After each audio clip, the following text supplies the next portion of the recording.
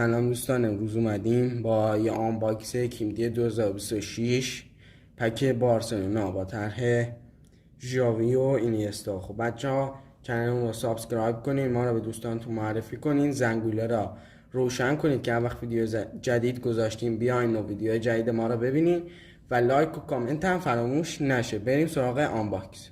خب بریم سراغ آنباکس پک بارسلونا. ببینیم چه کارتی میگیره از توش. انشالله که کارت خیلی خوب بگیریم از توی این پک. خب به من محتویاتشو در بیاریم. خب میگه مینی فوگو، پایه مینی فوگو، این بر این مینی فیگوره، برچسب مینی فیگوره بازیکن از تاتنهام، کارت زیکو، اینجا یه کارت گنبری، کارت بیسیک، یه کارت اورال 100 لو یاشین.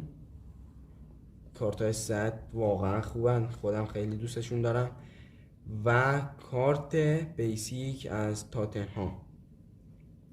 خب کارت های 100 خیلی خوب بودن، خیلی من کارت های 100 دوست دارم و یه کارت خیلی خوب گرفتیم. ممنون که این ویدیو رو تا آخر مشاهده کردین. سابسکرایب فراموش نشه.